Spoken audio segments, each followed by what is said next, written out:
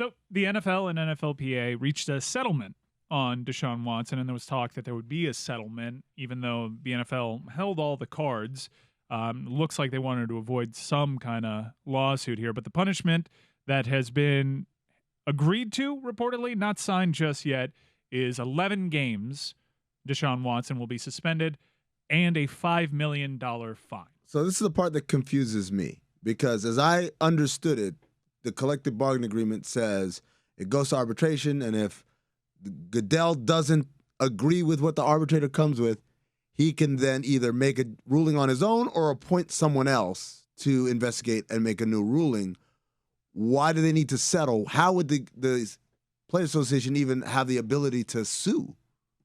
Well, I think that I've read speculation that the NFLPA would sue to create like a stance on it, that they don't believe that this should be how punishments are doled out. And I read, like, Michael McCann writes about these sort of things from like a legal perspective. And he wrote earlier today that he didn't think that the NFLPA would even win a lawsuit, but that this would be the route they would go if it happened, to kind of make their case that they're not okay with players being held to a different standard than owners. And that's been their line throughout the entire summer, with Dan Snyder being investigated for a toxic workplace and Robert Kraft being, investigated a couple years ago for inappropriate behavior, that they thought that this was unfair and something that they would be willing to take to federal court if DeShaun Watson did get suspended for the full season. But you also have to remember the report from the arbitrator, in which she was basically saying, guilty, guilty, guilty. However, based off of NFL precedent, we can't go that much further. And that's a very compelling argument, I would imagine, in front of, if you sue the NFL, say, hey, we agreed to this process.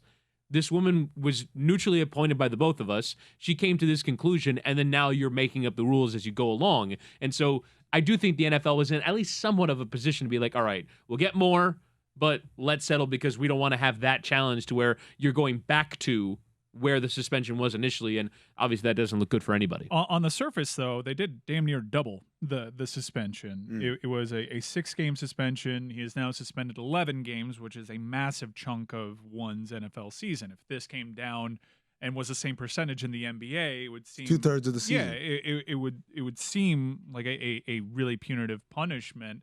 I think where I stand on DeShaun Watson, and I think that there's a discussion to be had.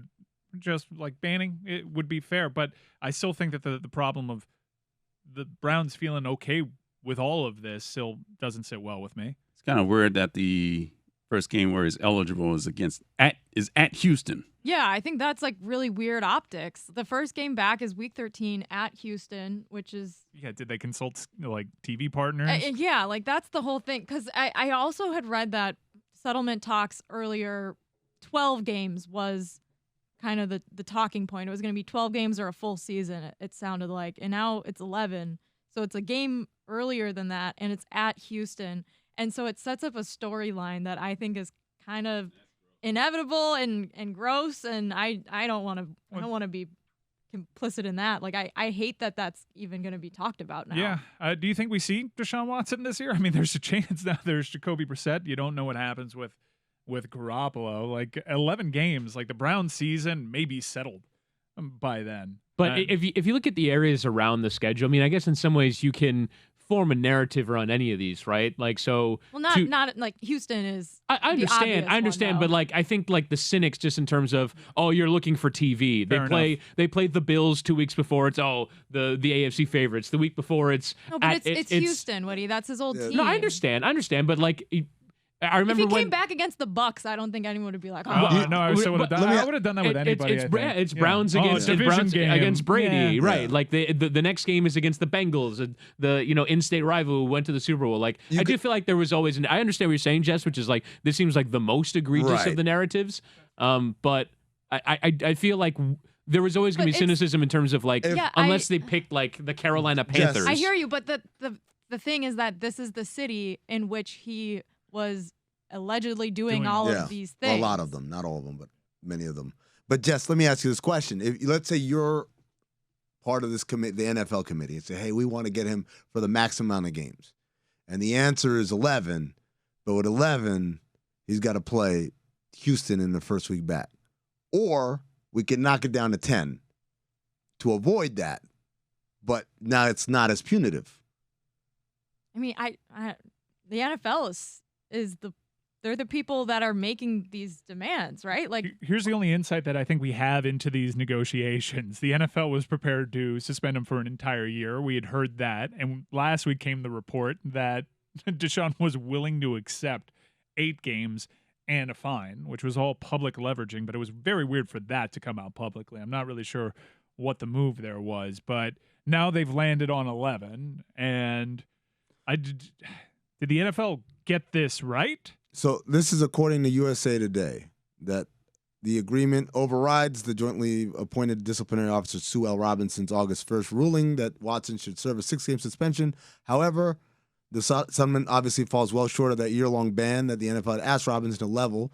The 11-game ban exceeds all prior league punishments for violations of the personal conduct policy. They use the word, however, 8 times in this one sentence. But, yeah, so... I feel like the NFL, though, because I didn't answer your question very well, they could have easily set the line at 12 if they didn't want to be accused of, like, doing something that's made for TV ratings and lowered the fine or whatever. But I guess that's my point is I'm assuming 11 was the most they could get out of them in a negotiation. Well, who has the leverage here, I guess? How badly do they want to avoid any sort of like threat of a lawsuit? It seems to me like the NFL has more leverage than DeShaun Watson. And they did, which is why you're seeing this $5 million fine, which surpasses his salary by a great deal for this upcoming season. We do have a statement from DeShaun Watson that was just put out via the Browns. I'm grateful that the disciplinary process has ended and extremely appreciative for the tremendous support I received throughout my short time with the Browns organization. I apologize once again for any pain this situation has caused. That's carefully worded.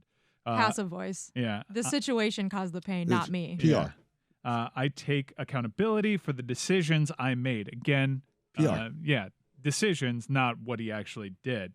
My focus going forward is on working to become the best version of myself on and off the field and supporting my teammates however possible while I am away from the team. I'm excited about what the future holds for me in Cleveland. Let me ask you guys a question I asked David Sampson in the local hour today, the question that I asked Howard Bryant on Meadowlarkers, which also came out today.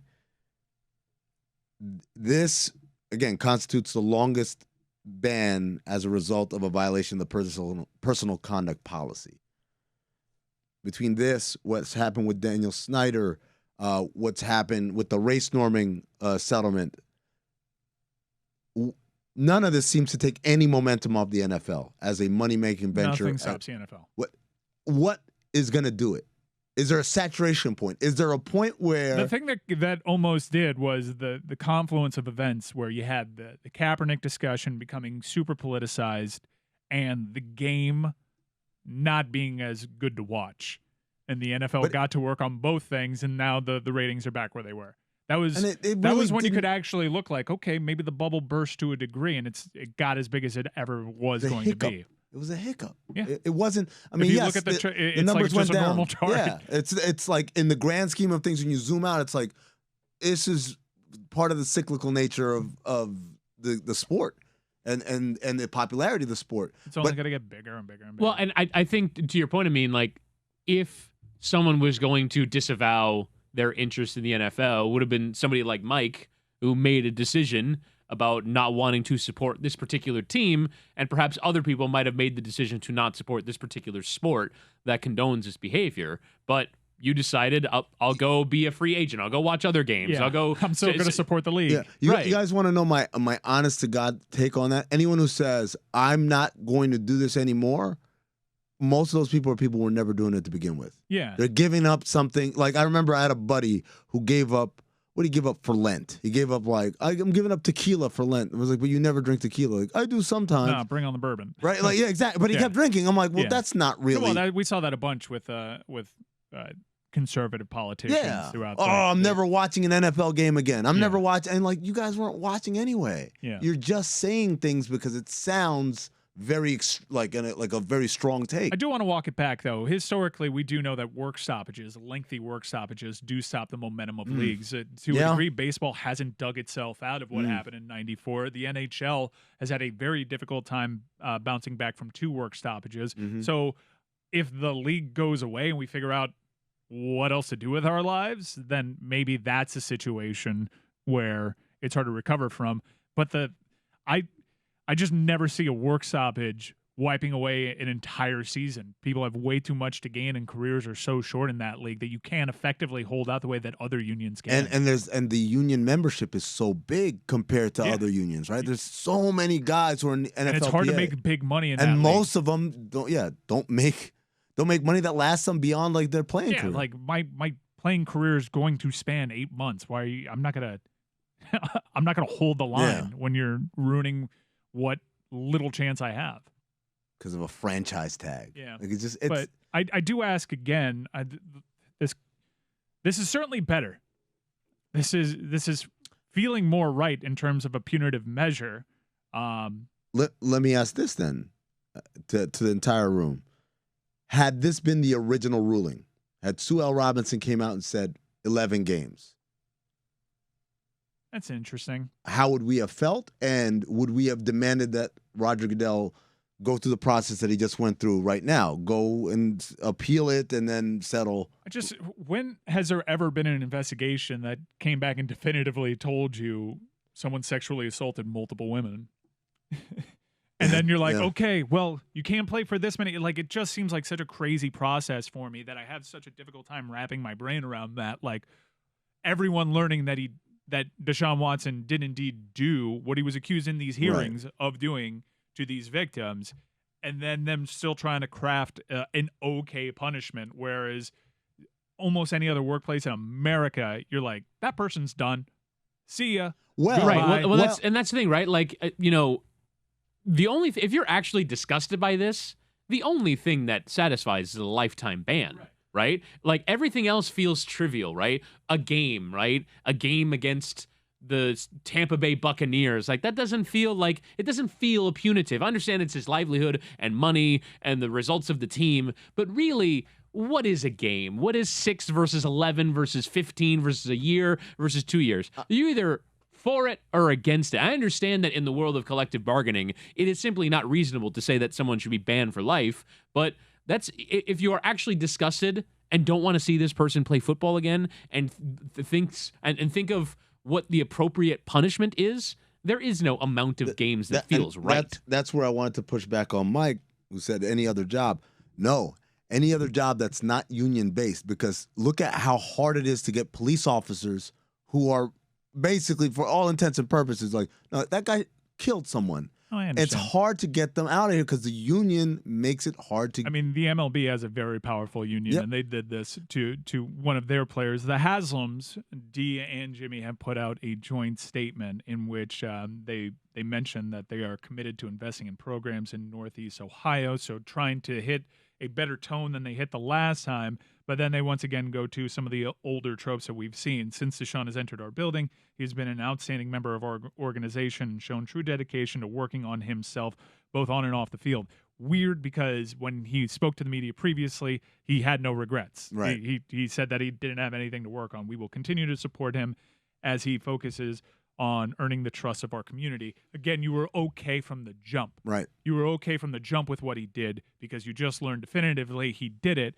And you're like, well, since he's been in our building, we've come to find that he's a good man, and he's really putting in the work that he said he didn't have to put in a couple of months ago. It's just that the more I talk about it, the more I get upset and emotional. They're going to say, Mike, you understand, they're going to say the things that both try to demonstrate contrition, and I'm using air quotes for those not watching on YouTube, but also at the same time, they're not going to throw their guy. He's their guy. They're not going to throw him under the bus completely. They're trying to walk a line of saying, hey, our bad or whatever, but also we support you and we think you're going to be great. Now their third attempt at speaking publicly on the record. It's also like they chose this guy. He wasn't like on the team and they're defending him and supporting something that they invested in a few years ago. Like they went out and got that guy. Yeah, went out and got him. You bet your bottom dollar. Like they were okay with this months ago. The actions. They talked about this like as callously as you could when they decided to give up what they gave up for this player and give into financial demands that we've never seen at that position. The actions speak way louder than any press release. But to me, analyzing the press release is an exercise in just trying to bash your head against the wall because but they're I do going think to their last couple of one, statements, like when they used triggered and all that, like I think it was worthy of it. This one is certainly like they've had enough time to plan for this one. It's certainly the best of the statements, but again, all of this just feels so stupid, guys. Like me grading statements and me trying to figure out how many football games this person should play. I agree with that, but I do think calling out like a publicly prepared statement and being like, "This is full of it," like that's fine. That's kind of our jobs. Like, you're able to disseminate, what lies are being fed by these people. But I do think the point is important that like equating games in a suspension to lives that were harmed is kind of an impossible task, and I don't know how anyone puts a number on the amount of harm that's been done here. Right. It's so unprecedented because of the sheer volume of victims. Even if there's one victim, though, like I don't know how you say like this crime equals this punishment. No, I understand, for but I do think, and this is like my sensibilities here, I am more willing to buy in on the concept that DeShaun has learned from this and is putting the work in and realizes his actions, as he puts it, his decisions were so traumatic and illegal. Like if he did that once, I am far more willing to extend the benefit of, okay, you get a second chance.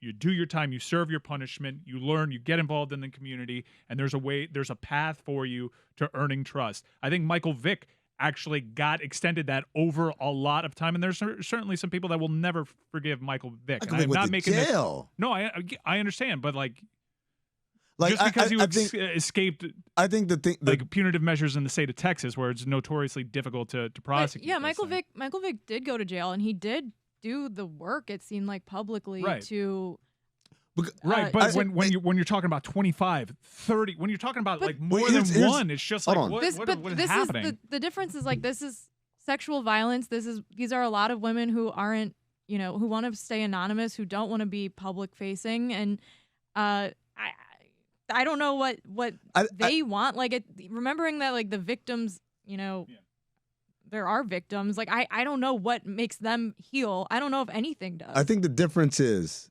when you compare those two cases. What happened with Michael Vick? Obviously, animal cruelty is terrible and everything, but there's something very real that I don't think a lot of people in this country didn't get, which was Michael Vick grew up in an environment where this wasn't looked at as anything but what it was, right? Yeah, a lot of people hold on to the product of my environment. But it's not product of environment. Like, oh man, I still get in trouble because I hang out with the guys from the block. Like, legitimately did not know that dogfighting is wrong. Well, right? for me, the biggest thing is time, and Michael Vick certainly put in the work. But put in the time. I'm building to my point, right? So, what DeShaun Watson was doing is something that is universally accepted as, that ain't cool. Except in my mentions, apparently. And then number two, we're not talking about one or two cases. When you're talking about 24, 30, whatever, we're talking about systematic sexual predatory behavior, right?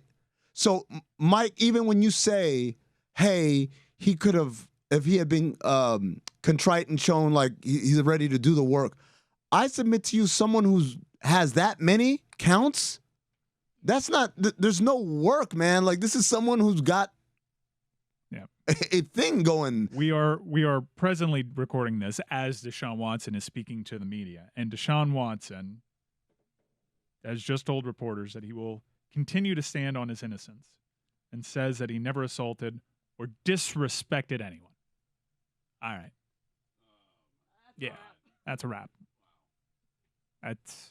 Come on.